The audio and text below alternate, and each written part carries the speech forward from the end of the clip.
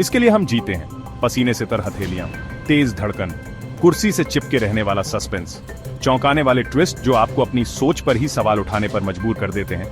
ये बस फिल्में नहीं है, ये अनुभव है। तो लाइट कम करो, सांस रोको और टॉप 5 बेस्ट थ्रिलर मूवीज के लिए तैयार हो जाओ, जो आपको आखिरी सीन तक बांधे रखेंगी।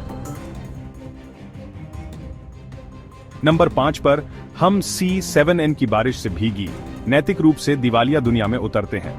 दो जासूस मॉर्गन फ्रीमैन द्वारा अभिनीत एक थका हुआ दिग्गज और ब्रैड पिट द्वारा अभिनीत एक नौसिखिया एक बेहद क्रूर सीरियल किलर का शिकार करते हैं।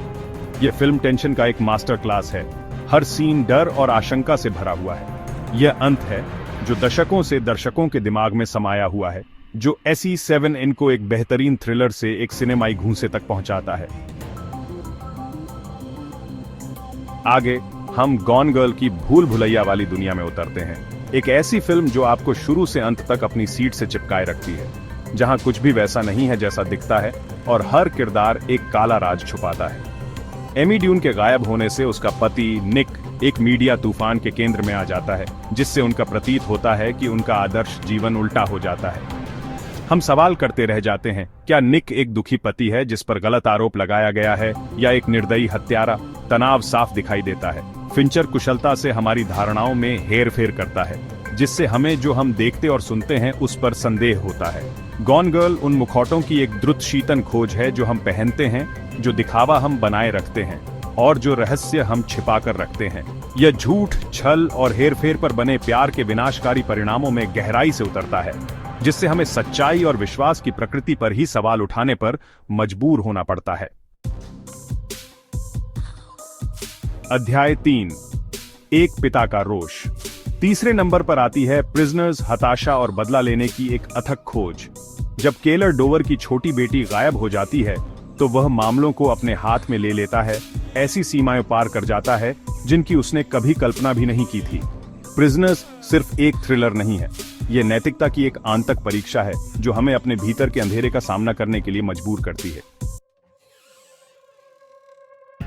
अध्याय 4, भीतर के अंधेरे का सामना। दूसरे नंबर पर हमारा सामना the silence of the lambs की द्रुत शीतन प्रतिभा से होता है। क्लेरिस स्टार्लिंग, एक युवा FBI प्रशिक्षु, एक और शिकारी को पकड़ने के लिए हैनिबल लेक्टर के दिमाग में उतरती है। The silence of the lambs मानव मानस की एक भूतिया खोज है, हमारे भीतर छिपे राक्षस और उनका सामना करने के लिए आवश्यक साहस। अध्याय 5, वह लड़की जिसने पर्दे को भूतिया बना दिया। इस अध्याय में हम एक ऐसी फिल्म की द्रुत शीतन और मनोरम दुनिया में उतरते हैं जिसने दुनिया भर के दर्शकों पर एक अमिट छाप छोड़ी है।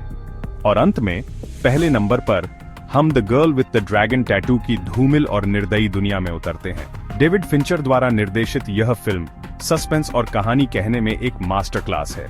पत्रकार मिकेल ब्लोमक्विस्ट, जिसे डैनियल क्रेग ने निभाया है, और हैकर लिस्बेथ सैलेंडर, जिसे रूनी मारा ने चित्रित किया है, दशकों पुराने एक रहस्य से एक साथ आते हैं जो एक शक्तिशाली परिवार के ताने बाने को उजागर करने की धमकी देता है।